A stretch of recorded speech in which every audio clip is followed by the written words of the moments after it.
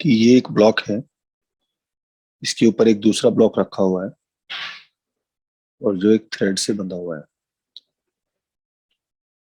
ये है ब्लॉक ए, ये है ब्लॉक बी। ब्लॉक ए जो है वो 100 kg का है, ब्लॉक बी जो है वो 200 kg का है। ब्लॉक बी पर क्या फोर्स लगा हो, मिनिमम फोर्स कैलकुलेट करनी है। अगर हमारे पास बी और ग्राउंड के बीच में कोएफिशिएंट ऑफ फ्रिक्शन 0.3 था शायद, और यहाँ पर जो कोएफिशिएंट ऑफ फ्रिक्शन है वो 0.2 है, और आपको जी की वैल्यू जो दी थी उसने वो 10 मीटर पर सेकंड स्क्वायर थी।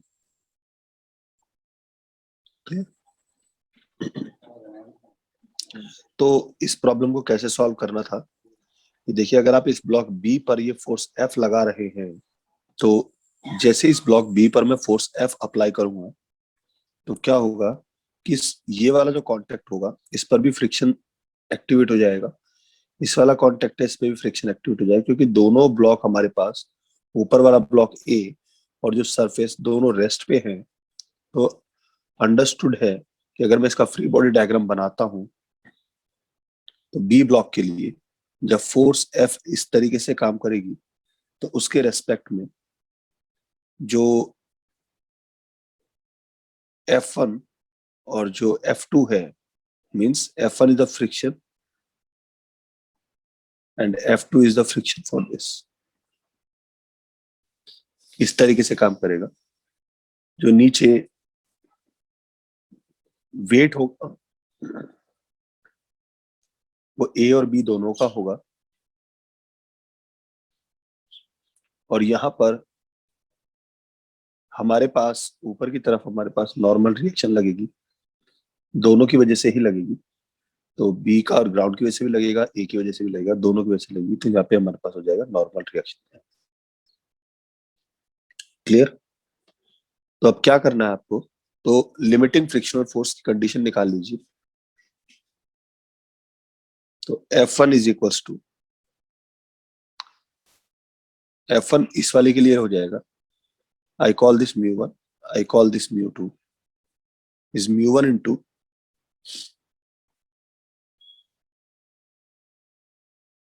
और इस पे जो कांटेक्ट आएगी हमारे पास M A plus M B into g, क्योंकि इस सरफेस पर जो नॉर्मल रिएक्शन होगा वो इसका और इसका दोनों का होगा, इस वाली सरफेस के लिए। तो F1 जो है वो नॉर्मल रिएक्शन पे डिपेंड करेगा, तो normal reaction is this mass plus this mass into ji.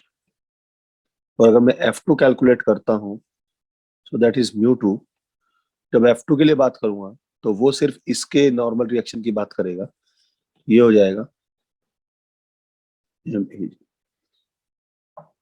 F1 और F2 दोनों की वैल्यू आ गई हमारे पास।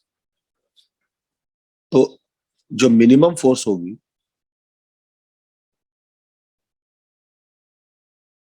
Minimum force of F is equal to the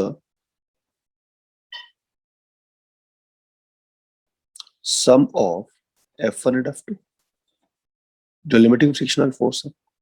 So this F minimum should be equals to F1 plus F2. So जब आप इनको solve करो तो आपको आपका आंसर मिल जाएगा। अगर यहाँ पे इसकी वैल्यू म्यू 1 की वैल्यू निकालनी है, this will be 0.3 into M A plus M B is 300 into g की value 10, this one is 0.2, A is 100 into 10, तो ये हो जाएगा F1 is 900 plus 200, I think answer is 1100 newton. जब भी हम किसी बॉडी के ऊपर फोर्स लगाते हैं, बॉडी में एक डिस्प्लेसमेंट प्रोड्यूस होता है, तो हम कहते हैं कि बॉडी ने, कि जो फोर्स लगी है उस फोर्स ने कुछ वर्क किया। तो अगर हमारे पास फोर्स कांस्टेंट है, if force is constant then जो वर्क डन होता है that is always equals to the scalar product of force and displacement. Clear? ये स्केलर क्वांटिटी होती है वर्क। अब सपोज आपके पास ये एक ऑब्जेक्ट है और आपने इस पे फोर्स लगाया और उसके बाद ये ऑब्जेक्ट यहां से इस पोजीशन पे आ गया और इसने डिस्प्लेसमेंट गेन किया डी। तो इस फोर्स के दो कंपोनेंट हो जाएंगे, ये हो जाएगा F cos theta and this component will be F sine theta. तो जो एफ साइन थीटा वो क्या कर रहा है, इसके ऑब्जेक्ट के वेट को बैलेंस कर रहा है, लेकिन जो एफ कॉस थीटा है उसको बैलेंसिंग फोर्स नहीं मिल रही है, तो F cos theta is responsible for the displacement. तो उस केस के अंदर जो वर्क हो जाएगा that is the product of force and displacement. तो फोर्स आपके पास हो गया हमारे पास एफ कॉस थीटा और डिस्प्लेसमेंट जो हो गया हमारे पास है डी, तो ये हो जाएगा एफ डी कॉस थीटा और ये होता है हमारे पास डॉट प्रोडक्ट। बस आपको ये ध्यान रखना है कि जो वर्क डन होगा तो जो डिस्प्लेसमेंट होगा, डिस्प्लेसमेंट के अलोंग जो फोर्स होती है उसी का प्रोडक्ट करना होता है। ये वाली फोर्स जो है वो उसके परपेंडिकुलर है, वो इस डिस्प्लेसमेंट के अलोंग नहीं है, that force is not responsible for the displacement D. ठीक है? अब कांस्टेंट फोर्स के बहुत सारे एग्जांपल है, जैसे हमारे पास ग्रेविटी की वजह से अगर हमारे पास डिस्प्लेसमेंट वर्क डन होगा तो वो हमारे पास कांस्टेंट फोर्स का एक एग्जांपल ले सकते हैं। लेकिन एक चीज का ध्यान रखना कि ग्रेविटी भी बदलती है, तो तब तक कांस्टेंट फोर्स की तरह ट्रीट करेगी जब तक हमारे पास ग्रेविटी चेंज ना हो। यानी अगर मैं स्मॉल हाइट की बात करता हूं तो स्मॉल हाइट के एग्जांपल को अगर मैं कंसीडर करूं तो वो कांस्टेंट फोर्स का एग्जांपल हो जाता है। ठीक है? दूसरा आता है अगर फोर्स वेरिएबल हो जाए। वेरिएबल फोर्स मतलब टाइम डिपेंडेंट फोर्स हो जाए या पोजीशन डिपेंडेंट फोर्स हो जाए, तो उस केस में वर्क डन कैसे निकालेंगे? तो उस केस में मैंने आपको जो बेसिक मेथड है वो आपको बता देता हूँ। स्मॉल डिस्प्लेसमेंट की वजह से वर्क डन निकालो, तो ये हो जाएगा F dot D R, where D R is displacement. और कंप्लीट वर्क डन कैलकुलेट करना होगा तो इसको इंटीग्रेट कर देंगे, तो ये हो जाएगा integration of F D R, तो यानी work done will be equals to integration of F D R. मान लीजिए पोजीशन R1 से पोजीशन R2 तक है, तो ये हमारे पास वर्क डन कैलकुलेट हो गया। अब क्योंकि वर्क एक स्केलर क्वांटिटी है तो वर्क हमारे पास पॉजिटिव भी हो सकता है, वर्क हमारे पास नेगेटिव भी हो सकता है और वर्क हमारे पास जीरो भी हो सकता है। Positive work done, negative work done and zero work done. Clear? इसी से एक चीज क्लियर हो जाएगी, work done is equals to F dot R, यानी मैं इसको लिख सकता हूं एफ आर कॉस थीटा। तो यानी हमारे पास जो वर्क है वो तीन फैक्टर्स पे डिपेंड किया, एफ पर, आर पर और थीटा पर। ठीक है? तो सपोज थीटा की जो वैल्यू है, क्योंकि कॉस थीटा पे डिपेंड कर रहा है, अगर थीटा की वैल्यू 90 डिग्री से कम होती है, तो थीटा जब 90 डिग्री से कम होगा तो उस केस में जो हमारे पास कॉस थीटा जो होगा वो पॉजिटिव रहेगा, और कॉस थीटा अगर पॉजिटिव रहेगा तो हमारे पास जो वर्क डन होगा वो हमेशा पॉजिटिव आएगा। तो इसके कुछ एग्जांपल्स, जैसे अगर आप किसी हाइट से किसी बॉडी को ड्रॉप कर देते हैं तो फ्री फॉल अंडर ग्रेविटी, तो उस केस में थीटा की वैल्यू 0 होती है, और अगर थीटा हमारे पास 0 डिग्री हो गया तो उस केस में कॉस 0 की वैल्यू कितनी होती है बेटा? 1। तो उस केस में वर्क डन जो होगा वो मैक्सिमम हो जाएगा, फोर्स इंटू डिस्प्लेसमेंट। तो वर्क मैक्सिमम तब होता है जब force directly along the displacement काम करती है, और वर्क मिनिमम कब होता है? जब force directly opposite to the displacement काम करती है। ठीक है?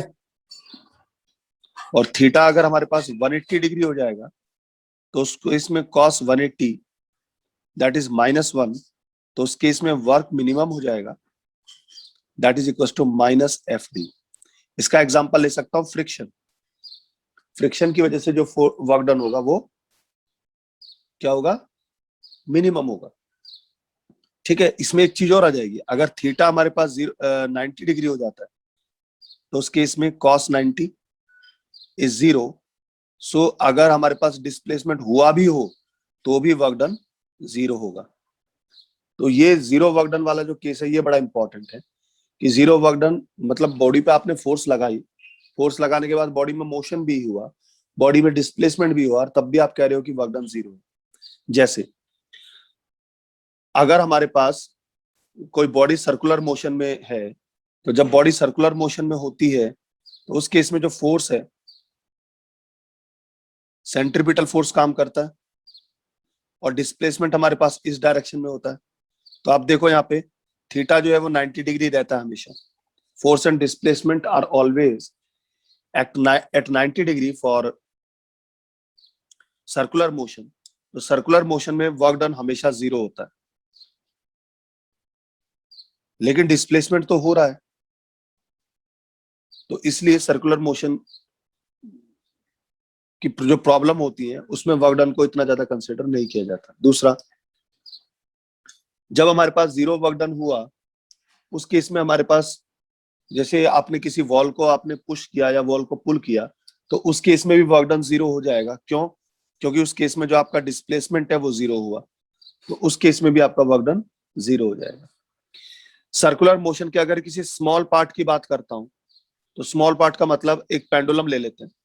अगर पेंडुलम अपनी पोजीशन के टू एंड फ्रो मोशन कर रहा है तो उस केस में भी वर्क डन हमारे पास 0 हो जाएगा। किसकी वजह से? टेंशन की वजह से, क्योंकि डिस्प्लेसमेंट और टेंशन एक दूसरे के परपेंडिकुलर काम करते हैं। इलेक्ट्रॉन न्यूक्लियस में के चारों तरफ रिवॉल्व कर रहा है, सर्कुलर मोशन का एग्जांपल है, तो वर्क डन 0 होता है, हम पढ़ चुके हैं उसको। सैटेलाइट अर्थ के चारों तरफ रिवॉल्व करता है, अगेन वर्क डन इज 0। अब एक बात बताओ, रेलवे स्टेशन पे अगर एक कुली है और आपने उसको सामान दिया और वो सामान को अपने सिर पे रख के चल रहा है, तो उसका ग्रेविटी डाउनवर्ड mg काम कर रहा है। अब डिस्प्लेसमेंट उसका इस तरीके से काम कर रहा है, तो एंगल 90 डिग्री होगा, तो यानी कुली ने जो वर्क किया वो 0 होता है। उसके बावजूद हम कुली को पैसे देते हैं कि कुली कहता है भाई मैंने काम किया है। निगेटिव वर्क, अगर हमारे पास थीटा की वैल्यू ग्रेटर देन 90 डिग्री हो जाती है, यानी ऑब्ट्यूस एंगल बनता है, तो उस केस के अंदर जो वर्क डन होगा वो निगेटिव होगा, क्योंकि कॉस थीटा उस केस में निगेटिव होगा, और कॉस थीटा निगेटिव हुआ तो वर्क भी हमारे पास निगेटिव होगा। निगेटिव वर्क डन के एग्जांपल, जैसे आपने फ्रिक्शन फोर्स की वजह से अगर आपने कोई भी वर्क किया, क्योंकि फ्रिक्शन हमेशा मोशन को अपोज करता है, कभी भी फेवर नहीं करता, तो इसका मतलब वर्क डन हमारे पास 0 होगा। ठीक है, जैसे आपने कार पे ब्रेक लगाया, तो ब्रेक लगाने से क्या हुआ, फ्रिक्शन जनरेट हुआ, तो ब्रेक की वजह से जो ब्रेकिंग फोर्स में से जो कार में वर्क डन हुआ that will be negative in nature. ठीक है, अगर मैं फोर्स और डिस्प्लेसमेंट के बीच में ग्राफ प्लॉट करता हूं,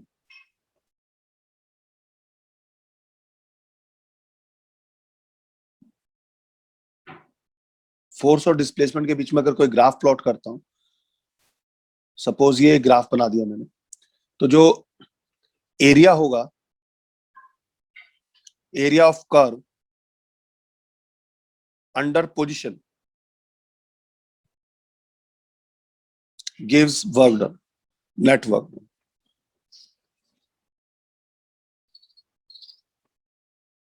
ठीक है, तो अब यहां से आप पता लगा सकते हो कि हमारे पास ग्राफ जो है वो यूनिफॉर्म है, नॉन यूनिफॉर्म है, कांस्टेंट फोर्स का है, तो बहुत सारी चीजें जिससे आप इसे कैलकुलेट कर सकते। जैसे मैं एक एग्जांपल से मैं आपको इसको एक्सप्लेन करता हूं कि सपोज ये हमें ग्राफ दिया है, ये 0 है, ये यहाँ पे पोजीशन इसकी आर है सेंटीमीटर में, और ये फोर्स है यहाँ पे, और ये आपको दिया है न्यूटन में। ठीक है, और इसका ग्राफ कुछ ऐसे है, चलिए यहां से यहां तक ऐसे गया, फिर यहां से यहां तक ऐसे गया, फिर यहां से यहां तक ऐसे गया, फिर उसके बाद नीचे आया,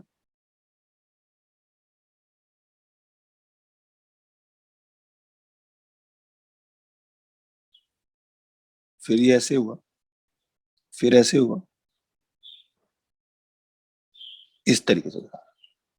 और आपको ये जो पैरामीटर है दिए हुए हैं, this one is 1, this one is 2, this one is 3, this one is 4, this one is 5, this one is 6, this one is 7, there is again one 8, ये वाली वैल्यू है 10, ये वाली वैल्यू है 20, ये वाली है -20, ये है -10। तो ये आपके पास, हमारे पास एक कर्व दिया है। तो आपको कैलकुलेट करना है कि ये फोर्स डिस्प्लेसमेंट ग्राफ है किसी का, तो आपको कैलकुलेट करना है find work done from X R is equals to 1 to R is equals to 5 के लिए आपको वर्क डन कैलकुलेट करना है। अब देखो, जब भी ये कर्व इस तरीके से बना, तो क्योंकि हर सिचुएशन में जो कर्व है वो कांस्टेंट फोर्स, 0 से 1 तक कांस्टेंट फोर्स 0, 1 से लेके 2 तक फोर्स है 10 न्यूटन, 2 से लेके 3 तक जो फोर्स है वो 20 न्यूटन कांस्टेंट, 3 से 4 तक फोर्स जो है वो -20 न्यूटन, मतलब 20 Newton but in opposite direction. और ये 4 to 5 जो हमारे पास है 10 न्यूटन, 5 to 6 अगेन 0, और 6 to 7 इज अगेन 10 न्यूटन की फोर्स। और उस फोर्स में जो डिस्प्लेसमेंट है वो 1 मीटर, फिर 1 मीटर, फिर 1 मीटर, फिर 1 मीटर, 1 मीटर के डिस्टेंस पे उसने फोर्स का बिहेवियर दे रखा है। तो मैंने आपको क्या बोला कि फोर्स डिस्प्लेसमेंट कर्व के अंदर अगर आपको वर्क डन निकालना है तो that is always equals to area bounded by the curve with position axes. तो हमें r इज इक्वल टू 1 से r इज इक्वल टू 5 तक कैलकुलेट करना है। तो यानी आपको यहां से लेके और यहां तक के बीच में आपको कैलकुलेट करना है। तो आप ये एरिया निकालेंगे, ये वाला एरिया आपको कैलकुलेट करना है बस। और जब आप एरिया कैलकुलेट करेंगे तो आपको area according to the sign use करना है, ठीक है, क्योंकि स्केलर क्वांटिटी होती है। तो अगर मैं वर्क डन कैलकुलेट करता हूं, सो देखिए इस सेक्शन का एरिया कितना हो जाएगा, यहां से यहां तक हो जाएगा 1, और ये है 10। तो इस स्क्वायर का जो एरिया इस रेक्टेंगल का जो एरिया बना, that is 10 into 1, that is 10, plus next जो हमारे पास एरिया बना वो ये वाला है 1 into 20। उसके बाद नेक्स्ट जो है वो हमारे पास कितना है, 1 into -20।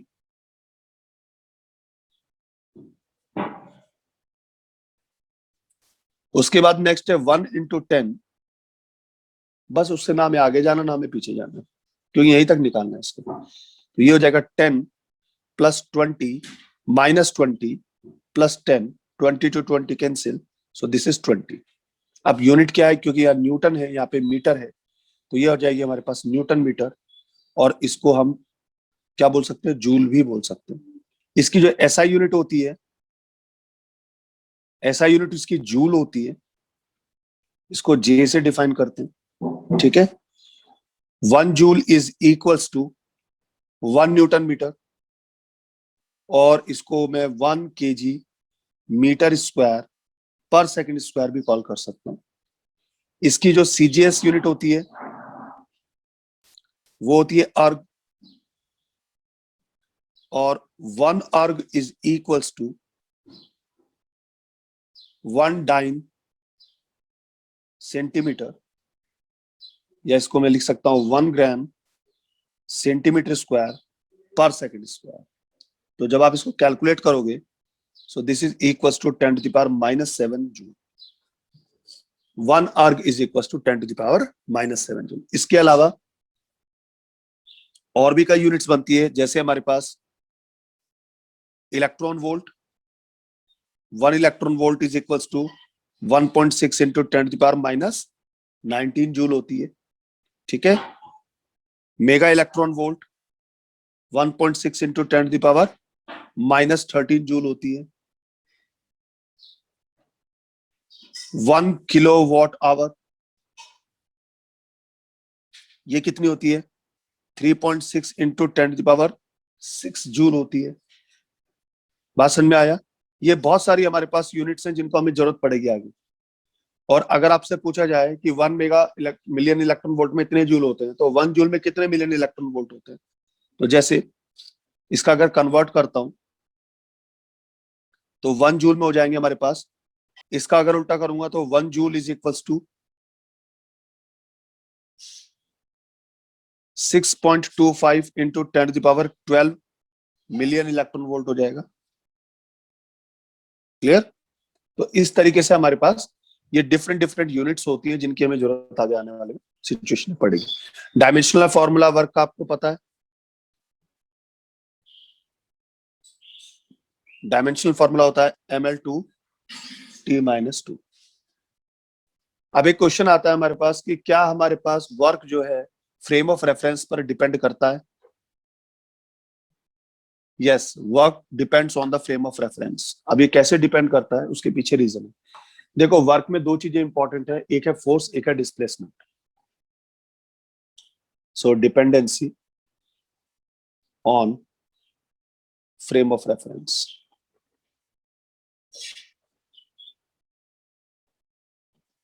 तो एफ जो है वो तो हमारे पास इंडिपेंडेंट होता है फ्रेम ऑफ रेफरेंस से, तो एफ का तो कोई रोल नहीं है। लेकिन जो हमारे पास आर है ये डिपेंड करता है फ्रेम ऑफ रेफरेंस पे। तो इनर्शियल फ्रेम ऑफ रेफरेंस या non inertial frame of reference, दोनों में इसके बिहेवियर अलग अलग होता है।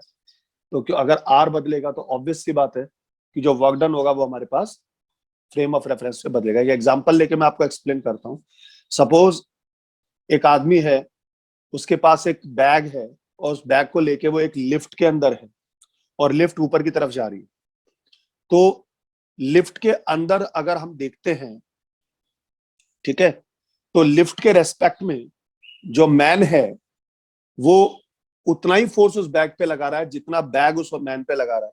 तो आपको वहां पे देखा जाए तो कोई डिस्प्लेसमेंट आपको नजर नहीं आएगा। तो आप ये बोलोगे वर्क डन जो है वो 0 है। लेकिन सपोज एक पर्सन बाहर खड़ा है और वो देखता है कि वो लिफ्ट जो है वो 5th फ्लोर पे जा रही है। अब मैन जो है उस बैग को आप हाथ में पकड़े हुए है, तो इट मींस उसको इतना तो पता है कि इस आदमी ने इसको पकड़ रखा है, फोर्स लगा रखी है। लेकिन वो कहेगा कि बैग जो है वो ग्राउंड फ्लोर से 5th फ्लोर पे तो गया है, तो इसका मतलब उसमें डिस्प्लेसमेंट हुआ है। सो वो पर्सन जो ग्राउंड पे खड़ा है, जिसके लिए non inertial frame of reference बना है, उसके लिए उस बैग में डिस्प्लेसमेंट हुआ है और फोर्स भी लगा है। तो मैं ये कहूंगा कि अब जो आदमी है उसने एक कुछ ना कुछ वर्क किया है। So a person who is standing in lift, work done is 0, and a person who is standing on ground, if he was the lift, the work done is non-zero. So अब आप किसको सही कहोगे, किसको गलत कहोगे? दोनों ही सही हैं, बट क्योंकि दोनों different different frame of reference से अटैच्ड है, तो इसलिए वर्क डन हमारे पास डिफरेंट डिफरेंट ऑब्जर्व हो रहा है। तो yes, work done depends on frame of reference, क्योंकि फोर्स फ्रेम ऑफ रेफरेंस पे तो डिपेंड नहीं करती, लेकिन डिस्प्लेसमेंट फ्रेम ऑफ रेफरेंस पर डिपेंड करता है। सपोज आपको कोई फोर्स दिया है F is equals to 7 - 2x + 3x square. इतना फोर्स लगाया हमने एक बॉडी पर जिसका मास है हमारे पास 2 kg, और जिसकी वजह से बॉडी 0 पोजीशन से 0 मीटर से एक पोजीशन हमारे पास 5 मीटर तक डिस्प्लेस हो गई। तो we have to calculate the work done. अब क्योंकि यहाँ पर फोर्स जो है वो वेरिएबल है, वेरिएबल क्यों है? क्योंकि वो x पर डिपेंड कर रही है। तो इस केस के अंदर आपको वर्क डन कैलकुलेट करना है F dot dx from x1 to x2। Clear? So ये हो जाएगा हमारे पास 7 - 2x + 3x square dx from 0 to 5। Integrate करेंगे, 7 का इंटीग्रेशन हो जाएगा 7x। क्लियर? 2x का हो जाएगा 2x square upon 2, 3x square का हो जाएगा 3x क्यूब अपॉन 3, और पोजीशन लगेगी 0 टू 5। 0 वाली तो लेनी नहीं है, सीधा 5 वाली लेंगे। आप सॉल्व करोगे तो इसका आंसर आ जाएगा। देखो, 2 से 2 कैंसिल हो गया, 3 से 3 कैंसिल हो गया, तो ये हो जाएगा 35 - 25 + 125। तो 35 माइनस 25 इज 10, 125 में 10 जोड़ोगे, आंसर इज 135 जूल। क्लियर हुआ? निकला इसका आंसर? चलिए मैं कराता हूं। बेटा देखो सीधी सी बात है, वर्क डन कैलकुलेट करना है तो वर्क डन के लिए दो चीजें चाहिए, फोर्स और डिस्प्लेसमेंट। फोर्स यहाँ पे उसने मेंशन किया है कि आपके पास 5 न्यूटन का है, डिस्प्लेसमेंट मेरे पास नहीं है, आपको कैलकुलेट करना है फर्स्ट सेकंड में। तो क्या फर्स्ट सेकंड में इसका डिस्प्लेसमेंट नहीं निकाल सकते? आराम से निकाल सकते हैं।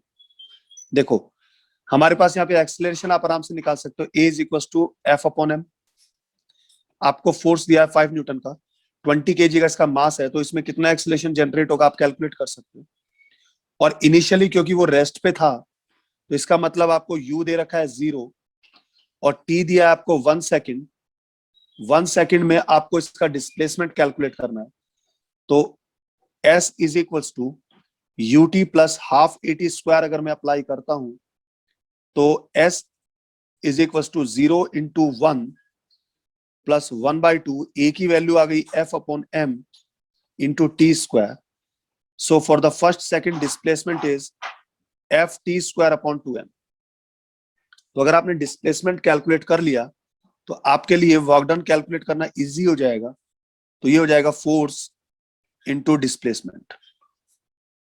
अब क्योंकि फोर्स जो है उसने बोला कि अप्लाई हुई है ऑब्जेक्ट पे और उसमें डिस्प्लेसमेंट हुआ है, तो ये इक्वेशन ऑफ मोशन लगी है, तो स्ट्रेट लाइन का मोशन है, तो इसका मतलब एंगल 0 डिग्री है। तो एफ इंटू डी। एफ कितना है बेटा? एफ ही है, और अभी वैल्यू नहीं पुट कर रहा हूं बेटा। और डी कितना है हमारे पास? F T square upon 2m। तो जनरल एक्सप्रेशन आपका बन गया हमारे पास F square t square upon 2m। अब आप इनकी वैल्यू पुट करो, तो 5 का स्क्वायर, 1 का स्क्वायर, 2 इंटू 20। सो ये हो जाएगा, यहां कर देते हैं 25 upon 40, 5/8 joule. This is your answer. एक इंक्लाइंड प्लेन पर 30 डिग्री इंक्लाइंड प्लेन है, उस पे 10 केजी का ब्लॉक रखा है, इंक्लाइंड प्लेन इज स्मूथ। तो बताइए कि जब वो यहां पहुंचेगा इस पॉइंट पर जिसकी डिस्टेंस 10 मीटर है, तो कितना वर्क डन होगा? तो वर्क डन के लिए दो चीजें चाहिए, फोर्स एंड डिस्प्लेसमेंट। इस सिचुएशन में आपको डिस्प्लेसमेंट दिया है, फोर्स नहीं दिया है, तो फोर्स आपको इजीली मिल जाएगा। यहाँ पे mg डाउनवर्ड काम करेगा, तो ये हो जाएगा mg sine theta. So this is your force. So work done कितना हो जाएगा? mg sine theta into displacement d। तो m दिया है 10, g की वैल्यू 10, दिस इज साइन 30 और d की वैल्यू आपको अगेन 10। साइन 30 की वैल्यू कितनी होती है बेटा? So your answer is 500 joule. Suppose आपको फोर्स दिया है हमारे पास 3i cap minus 2j cap plus 4k cap की पोजीशन आपको x1 दिया है हमारे पास -2, 1, 3 टू सेकंड कोऑर्डिनेट 3, 6 एंड -2। ये मीटर में है बेटा और ये न्यूटन में है। इतना फोर्स लगाया और पार्टिकल अपने इस कोऑर्डिनेट से इस कोऑर्डिनेट तक डिस्प्लेस होता है, तो बताइए वर्क डन कितना होगा? तो देखो यहां पर हमारे पास कोऑर्डिनेट्स दिए हैं तो आपको डिस्प्लेसमेंट नहीं दिया, तो मैं यहां पर इस कोऑर्डिनेट से इसका पोजीशन वेक्टर बनाऊंगा, इस कोऑर्डिनेट से पोजीशन वेक्टर बनाऊंगा, and the displacement vector calculate करना पड़ेगा। Displacement vector is the difference of position vectors. तो इसका पोजीशन वेक्टर कितना हो जाएगा बेटा? -2i cap plus j cap plus 3k cap. और इसका पोजीशन वेक्टर कितना हो जाएगा? 3i cap plus 6j cap -2k cap. ठीक है, अब आपको डिस्प्लेसमेंट वेक्टर निकालना है। Delta x is equal to x2 minus x1, final minus initial. तो जब करेंगे ये हो जाएगा 5i cap plus 5j cap minus 5k cap. तो आपको डेल्टा x मिल गया और वर्क डन कैलकुलेट करना है, तो that is the dot product of force and displacement. और यहाँ पर ये कितना है? डेल्टा x तो इनका डॉट प्रोडक्ट करते हैं तो आई का आई से मल्टीप्लाई होता है, जे का जे से मल्टीप्लाई होता है, के का के से मल्टीप्लाई होता है। सो डॉट प्रोडक्ट बहुत सिंपल है। तो 5 3 15 विद प्लस साइन, ये माइनस है ये प्लस है, सो -10 -20, तो -15 plus 30, sorry +15 -30, that is -15 joule. This is your work done. कि पार्टिकल है वो अपनी पोजीशन x1 001 मीटर से अपनी दूसरी पोजीशन 112 मीटर पे डिस्प्लेस होता है, जहां पर उस पर दो फोर्स लगती हैं, F1 जिसकी वैल्यू दे रखी है उसने 2i cap plus 3j cap minus k cap Newton, and another force F2 is also acting on that is I cap minus 2j cap plus 2k cap Newton. Now you have to calculate the work done by these two forces. Formula is saying work done is equals to force into displacement vector. So यहाँ पर जो net force होगी, that is the sum of these two forces, vector sum of these two forces, vector F1 plus vector F2 dot position vector x2 minus x1 displacement vector. So इन दोनों को अगर आप add करते हो तो क्या result आएगा? ये आ जाएगा 3i cap plus j cap plus k cap, am I right? Dot displacement vector कितना हो जाएगा हमारे पास? i cap plus j cap plus k cap. So multiply करेंगे इसको, so this is 3 plus 1 plus 1, that is equal to 5 joule. This is your answer. जी क्या होता है कि किसी भी ऑब्जेक्ट की वो इंटरनल कैपेसिटी जिससे वो वर्क करता है, that is called its energy. अगर इंटरनल कैपेसिटी ही नहीं है तो वर्क डन होगा ही नहीं। आप खाना खाते हैं, आपकी इंटरनल कैपेसिटी इंक्रीज होती है, तब आप वर्क कर पाते हैं। आप दिन भर काम कर रहे हो, खाना खाया ही नहीं, तो आपकी धीरे धीरे कैपेसिटी डाउन होती चली जाती है। आप कहते हो अब मैं काम नहीं कर पाऊंगा, मैं थक चुका हूं। सो सॉरी, किसी भी ऑब्जेक्ट की internal capacity to do work is called energy.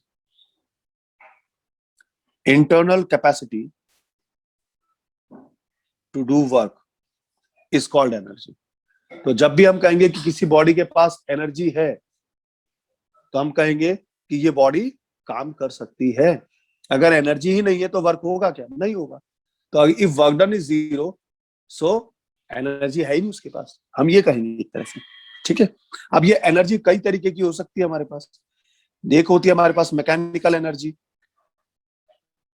Electrical energy, optical energy, sound energy, atomic energy, nuclear energy, ठीक है ना, और मॉलिक्यूलर एनर्जी। तो बहुत सारी हमारे पास एनर्जी है। अब मैकेनिकल एनर्जी में भी हमारे पास काइनेटिक एनर्जी आ गई, पोटेंशियल एनर्जी आ गई, and the sum of kinetic and the potential energy is called the total mechanical energy. अगर इलेक्ट्रिकल एनर्जी और हो जाती है तो ये total mechanical plus electrical energy, optical भी जुड़ जाती है। सो टोटल एनर्जी कभी भी काइनेटिक प्लस पोटेंशियल नहीं होती। तो वो जितनी भी एनर्जी होती है उन सबका सम होता है। हाँ, काइनेटिक प्लस पोटेंशियल एनर्जी का जो सम होता है, that is the total mechanical energy. ठीक है, तो एल्बर्ट आइंस्टीन ने अपनी एक इक्वेशन बनाई थी, आपको याद होगा, E is equal to mc²। ये भी तो एनर्जी, मास और स्पीड का एक रिलेशन है, जिसमें उसने बोला था कि एनर्जी और मास दे आर इंटर कन्वर्टिबल, कि आप इनको एक दूसरे में कन्वर्ट कर सकते हो। मास को एनर्जी में कन्वर्ट कर सकते हो, एनर्जी को मास में कन्वर्ट कर सकते हो। तो एनर्जी भी एक हमारे पास स्केलर क्वांटिटी होती है, जस्ट लाइक वर्क डन। इसका भी डायमेंशनल फॉर्मूला वही होता है, ml2t-2। इसकी भी यूनिट वही होती है जो यूनिट हम लोग वर्क की पढ़ चुके हैं। ठीक है, अब यहाँ पे बात आती है कि यहाँ इस चैप्टर में हम लोग सिर्फ दो ही एनर्जी पढ़ने वाले हैं, एक काइनेटिक एनर्जी और एक पोटेंशियल एनर्जी। यानी हम टोटल जो मेरा जो फोकस रहेगा वो मैकेनिकल एनर्जी पर रहेगा। अब मैकेनिकल एनर्जी दो तरीके की हुई, एक हुई हमारे पास काइनेटिक एनर्जी और दूसरी हुई हमारे पास पोटेंशियल एनर्जी। काइनेटिक एनर्जी क्या होती है कि मोशन की वजह से जो हमारे पास एनर्जी जनरेट हुई या वर्क हुआ वो काइनेटिक एनर्जी है। और ऑब्जेक्ट की पोजीशन, डिफरेंट डिफरेंट पोजीशन, अगर पोजीशन बदली, आपको पता है इनिशियली ऑब्जेक्ट ग्राउंड पे रखा है, 1 घंटे बाद ऑब्जेक्ट छत पे रखा है, तो पोजीशन का जो चेंज होगा उससे जो वर्क डन हुआ वो हम कैलकुलेट करेंगे पोटेंशियल एनर्जी। सो मोशन से और पोजीशन से हमारे पास 2 एनर्जी आएंगी। अब काइनेटिक एनर्जी को निकालने का देखो सीधा सा हमारे पास एक फॉर्मूला होता है जो हम बहुत फेमस है, kinetic energy is half M V square. Derivation वगैरह पे मैं नहीं जाऊंगा इसके। Kinetic energy is half M V square, where M is the mass of object and V is the velocity. But remember v is less than the speed of light. Less than क्या, very much less than बोलूं, तभी आप इस condition को आप apply करेंगे। Object की speed light की स्पीड को कंपेयर करती है, तो तब आप k is equal to half M square को सॉल्व नहीं करेंगे। ठीक है। सो अब सपोज करो हमारे पास ये एक ऑब्जेक्ट है, आपने इस पे एक फोर्स लगाया F, और अभी इसकी स्पीड u थी, और उसके बाद ये हमारे पास इस पोजीशन पे कुछ डिस्टेंस चला, मान लीजिए डिस्टेंस है d, और अभी स्पीड हो गई इसकी v। तो अब मुझे बताइए कि अगर मैं यहां पर वर्क निकालता हूं इस फोर्स से, ऑब्जेक्ट अगर अभी u स्पीड पे था और बाद में v स्पीड पे होगा, पोजीशन a है और ये पोजीशन b है, तो मैं इक्वेशन लगा सकता हूं v square is equal to u square plus twice of a s। तो इस इक्वेशन के according v square is equal to u square plus twice of a, acceleration कितना हो जाएगा, that is force upon mass into displacement is d। तो यहां पे देखिए v square minus u square is equal to 2fd upon m। तो मैं इसको लिख सकता हूं mv square minus mu square upon 2 that is equal to fd। और इसको लिखा जा सकता है half mv square minus half mu square is equal to fd। और हाफ mv स्क्वायर हो जाएगी kinetic energy at position B, और ये हो जाएगी kinetic energy at position A, and that is equal to force into displacement is work done. So kinetic energy at position B is basically the final kinetic energy. Kinetic energy eight A is the initial kinetic energy.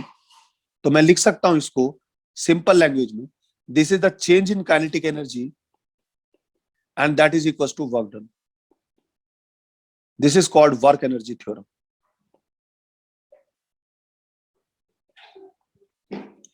Work energy theorem सीधा सीधा आपको क्या बोल रही है कि किसी भी ऑब्जेक्ट पर जितनी भी फोर्सेस लगती हैं, मैंने बोला जितनी भी फोर्सेस, मतलब कंजर्वेटिव फोर्स हो, नॉन कंजर्वेटिव फोर्स हो, एक्सटर्नल फोर्सेस हो या फिर इंटरनल फोर्सेस हो, कोई भी फोर्स, जितनी भी फोर्सेस लगती हैं किसी बॉडी पर, पार्टिकल पर, ऑब्जेक्ट पर, किसी पर भी लग रही है, so work done by all these forces are always equal to the change in the kinetic energy of body. Clear? This is the work energy theorem, और ये एक तरह से प्रूव भी करा दिया मैंने। अच्छा, दूसरा, अगर ये फोर्स कांस्टेंट, ये मैंने कांस्टेंट फोर्स के केस से करा है, अगर वेरिएबल फोर्स का केस लोगे तब भी ये एप्लीकेबल है। So it is valid for variable force और constant force, it is variable for conservative force, non-conservative force, it is variable for it is applicable for external or the internal forces। ठीक है, तो इसको निकालने में आपको कोई प्रॉब्लम नहीं होनी चाहिए। ये एक क्वेश्चन है बेटा, ये हमारे पास AIPMT में आया था 2006 में। तो क्या कह रहा है कि there is a body of mass 0.8 kg, उसका इनिशियल वेलोसिटी दिया है 3i cap minus 4j cap metre पर सेकेंड, और फाइनल वेलोसिटी दिया है minus 6j cap plus 2k cap metre पर second. We have to calculate the work done. So work done is equals to change in kinetic energy. अब यहाँ पे energy is a scalar quantity और यहाँ पे velocity vector की form में दिया है, तो हाफ mv स्क्वायर करेंगे। तो इसको कैसे सॉल्व करेंगे तो मैं आपको बता देता हूँ। आप इनिशियल वेलोसिटी का मैग्नीट्यूड निकाल लीजिए, कितना हो जाएगा 3 to the square plus minus 4 to the square. I think this is 5 metre पर सेकेंड।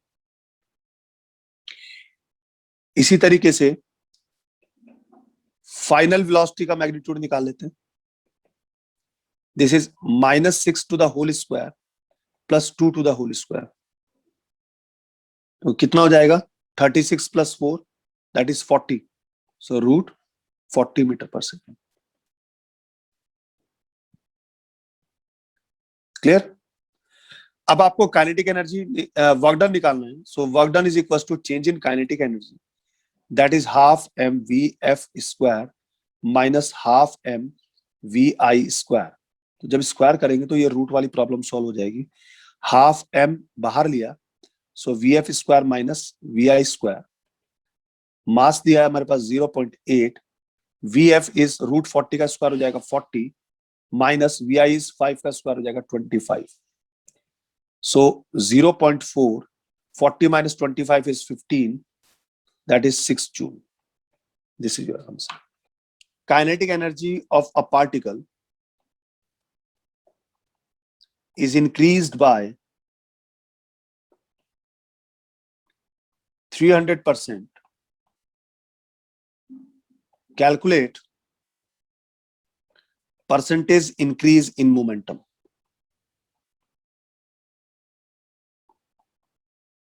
ये बहुत इंपॉर्टेंट क्वेश्चन है, बहुत आता है एग्जाम में, परसेंटेज चेंज से निकालने वाले। तो कैसे इस क्वेश्चन को सॉल्व करेंगे? देखो मोमेंटम क्या होता है? m इंटू वी, और काइनेटिक एनर्जी तो आपको पता ही होती है, हाफ m v स्क्वायर।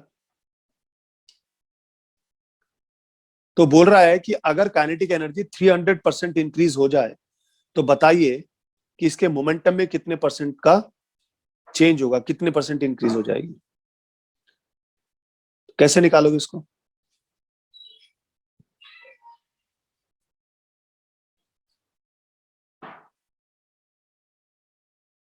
देखिए बेटा, अगर काइनेटिक एनर्जी 300% इंक्रीज हुई है तो सपोज इनिशियल काइनेटिक एनर्जी हमारे पास ई आई थी, सॉरी के मान लेते हैं। इनिशियल काइनेटिक एनर्जी की आई अगर के थी तो जो फाइनल काइनेटिक एनर्जी हुई होगी वो कितनी होगी? 300% इंक्रीज हो गई। तो इनिशियल काइनेटिक एनर्जी में 300% इंक्रीज मतलब 3 टाइम्स हो गई, यानी 4K हो गई। अब बात समझ में आया? 300% इंक्रीज हुई तो अभी जितनी थी उसकी 3 गुनी और बढ़ गई, तो K plus 3 times of K that is 4K। तो इसका मतलब ये हुआ कि जो फाइनल काइनेटिक एनर्जी हुई वो हो गई 4K, और K को अगर मैं लिखता हूं हाफ एम यू स्क्वायर तो फाइनल हो जाएगी 4 times of half M U square. Solve करेंगे तो 2 MU स्क्वायर आ गया। क्लियर? अब काइनेटिक एनर्जी क्यों इंक्रीज हुई? क्योंकि मास तो चेंज नहीं हो रहा ना, इसका मतलब इसकी स्पीड चेंज हुई होगी। तो अगर ये हाफ एम वी स्क्वायर के इक्वल हो गई तो आप यहां से v निकाल सकते हो। सो v is how much? m से m कैंसिल हो जाएगा, तो that is 2 times of u। आपको ये मिल गया, यानी इसकी स्पीड डबल हो गई।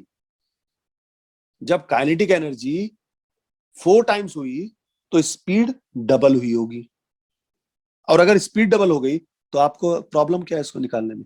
इनिशियल मोमेंटम हो जाएगा m इंटू वी, या एम यू लेते हैं, और फाइनल मोमेंटम कितना हो जाएगा? m इंटू वी, क्योंकि फाइनल वेलोसिटी इज v। लेकिन v कितना दिया है हमारे पास? ट्वाइस ऑफ u, तो ये हो जाएगा 2mu। तो परसेंटेज इंक्रीज कितना हो जाएगा? pf minus P I upon P I, यही तो होता है, इंटू 100। तो twice of mu minus mu upon P I is how much? mu into 100। तो इसका मतलब आंसर आया आपका 100%। तो जो काइनेटिक एनर्जी होगी वो 100% इंक्रीज हो जाएगी, सॉरी मोमेंटम जो है वो 100% इंक्रीज हो जाएगा अगर काइनेटिक एनर्जी 300 टाइम्स इंक्रीज हो जाती है। पास एक बुलेट है जिसका मास है 10 ग्राम, उसको 800 मीटर से आपने फायर किया, और यहां पर हमारे पास एक वॉल है 1 मीटर थिक, तो जब वो उससे पास हो जाता है तो इसकी वेलोसिटी जो है वो 100 मीटर पर सेकंड हो जाती है। तो बताना है कि मड वॉल ने कितना रेजिस्टेंस ऑफर किया। देखो ये हमारे पास न्यूटन लॉ से भी इसको सॉल्व कर सकते हैं, लेकिन बहुत लंबी जाएगी प्रॉब्लम। ये आपके पास बुलेट है, अभी हमारे पास ये जा रही है 800 मीटर पर सेकंड से,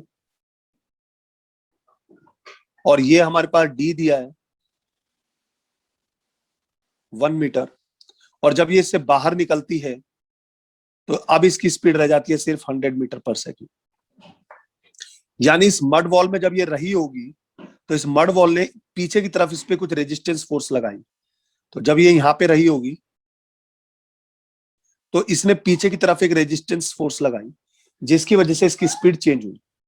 तो यानी इस मड वॉल से कुछ ना कुछ वर्क हुआ जिसने इसकी काइनेटिक एनर्जी को चेंज किया। So the change in kinetic energy is equal to work done.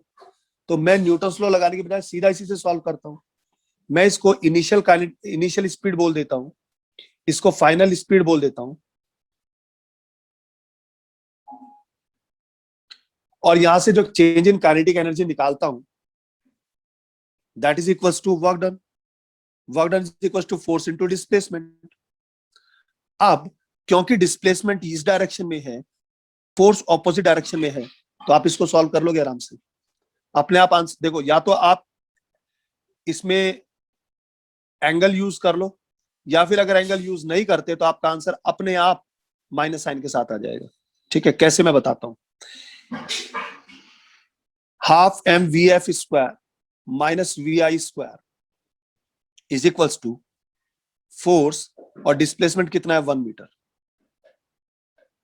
So this F is equals to half, M दिया है 10 ग्राम अपॉन 1000 कर देंगे, वी एफ है हमारे पास 100 to the square minus 800 to the square, 1/200। अब देखो इसका स्क्वायर करके सॉल्व करोगे तो बेटर है इसका a square minus b square, a plus b 800 plus 100 that is 900, a minus b तो माइनस 700। कैलकुलेशन इजी हो जाती है, 200 से कैंसिल हो जाएगा, तो ये हो जाएगा -63 100/2। जब इसको आप सॉल्व करोगे तो ये आ जाएगा -3150 न्यूटन। आपका आंसर अपने आप निगेटिव आया है। 3150 न्यूटन का फोर्स लगा, जिसको हम रेजिस्टिव फोर्स बोलेंगे, मड वॉल ने लगाया। और निगेटिव साइन क्यों आया? क्योंकि हमने क्वेश्चन में फोर्स और डिस्प्लेसमेंट को सेम डायरेक्शन में एज्यूम किया। It means resistive force acts in opposite direction. Clear हुआ कि एक पार्टिकल है जिसका मास m है और वो हमारे पास a√x स्पीड से चल रहा है, जहां पर a जो है वो कांस्टेंट है और x जो है वो हमारे पास डिस्प्लेसमेंट है, तो इसका मतलब वेरिएबल वेलोसिटी है। सो वर्क डन आपको कैलकुलेट करना है x is equal to 0 to x is equal to r तक वर्क कैलकुलेट करना है। वेरिएबल वेलोसिटी का केस है,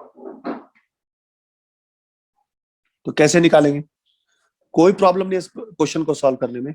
जब x इज इक्वल टू 0 हुआ तो हमारे पास इनिशियल स्पीड आ जाएगी 0, क्योंकि आप यहाँ पे इसकी वैल्यू पुट करो, x की वैल्यू यहाँ, तो a into √0 that is equal to 0। जब x is equal to r हुआ तो फाइनल वेलोसिटी कितनी हो जाएगी? a√r। आपको वर्क डन निकालना है, तो that is equal to half m into V F square minus we I square. Am I right? So this is half of m into a√r to the whole square minus 0 to the whole square. So your answer is ma square r upon 2 joule. Conservative force वो force होती है जिसमें work done path पर depend नहीं करता, वो सिर्फ initial और फाइनल पोजीशन पर डिपेंड करता है। So work independent of path followed depends on only on initial and final position. ठीक है, अब उनके बीच का पाथ कैसा है उस पर डिपेंड ही नहीं करेगा। जैसे जितनी भी हमारे पास सेंट्रल फोर्सेस होती हैं, जैसे ग्रेविटेशनल फोर्सेस हो गई, ठीक है, इलेक्ट्रोस्टैटिक फोर्सेस हो गई, और इलास्टिक फोर्सेस हो गई, और रिस्टोरिंग फोर्स हो गई, कौन से वाली, स्प्रिंग की, ये सब हमारे पास कंजर्वेटिव फोर्स होती है। इंटरमोलिकुलर फोर्स हो गई, ये सब की सब कंजर्वेटिव फोर्स, यानी जितनी भी सेंट्रल फोर्सेस क्या होती है? सेंट्रल फोर्सेस वो फोर्सेस होती हैं जिसकी लाइन ऑफ एक्शन हमारे पास सेंट्रल फिक्स पॉइंट से होके जाती है, और जिसका मैग्नीट्यूड डिस्टेंस पे डिपेंड करता है। उन सबको सेंट्रल फोर्स कहते हैं। जैसे हमारे पास ये होता है ना, फोर्स ऐसे लगी, ग्रेविटेशनल फोर्स या इलेक्ट्रोस्टैटिक फोर्स, तो ये सब सेंट्रल फोर्सेस होती है। लाइन ऑफ एक्शन, दो ऑब्जेक्ट को ज्वाइन करने वाली लाइन के अलोंग अगर फोर्स लग रही है, these are the central forces. ठीक है, तो जितनी भी सेंट्रल फोर्सेस होती है वो सब कंजर्वेटिव होती है, या मैं ये कहूं कि कंजर्वेटिव फोर्स जो होती है वो सारी की सारी सेंट्रल फोर्सेस होती है। ठीक है, सेंट्रल फोर्सेस सिर्फ पोजीशन पे डिपेंड करती है, इसके अलावा किसी और फैक्टर पे डिपेंड नहीं करती, तो इसलिए कंजर्वेटिव फोर्स इनिशियल और फाइनल पोजीशन पर डिपेंड करेंगी। सेंट्रल फोर्सेस पाथ पे डिपेंड नहीं करती। जैसे फ्रिक्शन हो गया, फ्रिक्शन आपके पाथ पे डिपेंड करता है, तो ये सेंट्रल फोर्स नहीं है। तो अगर सेंट्रल फोर्स नहीं है तो ये क्या कहलाएगी? Non conservative force. क्लियर हुआ? कोई भी फोर्स नॉन कंजर्वेटिव तब होती है जब उस फोर्स की वजह से जो वर्क डन होता है वो पाथ पर डिपेंड करने लगता है। इनिशियल और फाइनल पोजीशन के बीच में उसने जो पाथ ट्रेवल किया, मतलब यहां से यहां तक वो ऐसे गया या ऐसे गया या ऐसे गया घूमता हुआ, तो तीनों में अगर वर्क डन अलग अलग है तो वो नॉन कंजर्वेटिव फोर्स की वजह से है। For example friction, for example viscous force, for example air resistance, तो ये सब हमारे पास नॉन कंजर्वेटिव फोर्सेस होती हैं। लेकिन अगर ग्रेविटेशनल फोर्स, इलेक्ट्रोस्टैटिक फोर्स या कोई भी हम कैलकुलेट करें तो वो इनिशियल और फाइनल पोजीशन पे डिपेंड करती है, हमें पाथ को स्टडी करने की जरूरत नहीं है। बात समझ में आया? अगर आपके पास कोई कंजर्वेटिव फोर्स है और वो एक सर्कुलर मोशन में पाथ कर रहा है, तो अगर उसने कोई राउंड ट्रिप करी है तो उसका वर्क डन हमेशा 0 होगा। लेकिन नॉन कंजर्वेटिव फोर्स का राउंड ट्रिप में वर्क डन कभी भी 0 नहीं होता। ठीक है, कंजर्वेटिव फोर्स की वजह से जो वर्क डन होता है दैट इज कंप्लीटली रिकवरेबल। एक बॉडी को ऊपर से नीचे डाला तो जो उसने एनर्जी गेन करे, नीचे से ऊपर फेंक दो, सारी एनर्जी वहीं लॉस हो जाएगी। तो the work done is always recoverable. लेकिन नॉन कंजर्वेटिव फोर्सेस से जो वर्क डन होता है वो रिकवरेबल नहीं होता, वो वेस्ट हो जाता है। ठीक है, नॉन कंजर्वेटिव फोर्स में जो वर्क डन होता है वो जो वेस्ट होता है वो कहां वेस्ट होता है? हीट डिसिपेशन की फॉर्म में आता है हमारे पास। जैसे फ्रिक्शन करो आप, आप बॉडी को रब करने की कोशिश करो तो क्या होता है? हीट जनरेट होती है, तो आप उसको रिकवर नहीं कर सकते। फिर यहाँ पे थर्मोडायनेमिक्स के रूल लग जाएंगे, सेकंड लॉ ऑफ थर्मोडायनेमिक्स। ठीक है, इसी तरीके से कंजर्वेटिव फोर्स में जो आप वर्क डन करेंगे तो काइनेटिक एनर्जी और पोटेंशियल एनर्जी आपस में चेंज हो जाती है। जैसे अगर आपने किसी बॉडी को एक हाइट से थ्रो किया तो यहां पर अगर u 0 है तो नीचे आने के पास इसके पास v हो जाएगी कुछ ना कुछ। लेकिन यहां पर इसके पास एक पोजीशन है, यहाँ पे हमारे पास पोटेंशियल एनर्जी है, यहाँ पोटेंशियल एनर्जी 0 हो गई। तो क्या हुआ कि काइनेटिक एनर्जी कंप्लीटली चेंज हुई पोटेंशियल एनर्जी में। जब नीचे से इसको ऊपर थ्रो करूंगा तो पूरी की पूरी काइनेटिक एनर्जी यहाँ पे 0 हो जाएगी और पोटेंशियल एनर्जी इंक्रीज हो जाएगी। कंजर्वेटिव फोर्स में काइनेटिक एनर्जी और पोटेंशियल एनर्जी अपने आप को चेंज करती रहती है, लेकिन उन दोनों का सम हर पॉइंट पर बराबर होता है। इसका मतलब क्या हुआ? Conservation of energy. ठीक है, तो मैकेनिकल एनर्जी कंजर्व्ड रहती है at each and every point, किसमें? कंजर्वेटिव फोर्स में। क्लियर हुआ बेटा? कोई प्रॉब्लम? तो अब हमारे पास नेक्स्ट टॉपिक आएगा पोटेंशियल एनर्जी, और जैसी पोटेंशियल एनर्जी हम क्लियर करेंगे उसके बाद हम कंजर्वेशन ऑफ एनर्जी को डिस्कस करेंगे। बाकी कल कराता हूं, अपने असाइनमेंट आपको आज मिल जाएगा।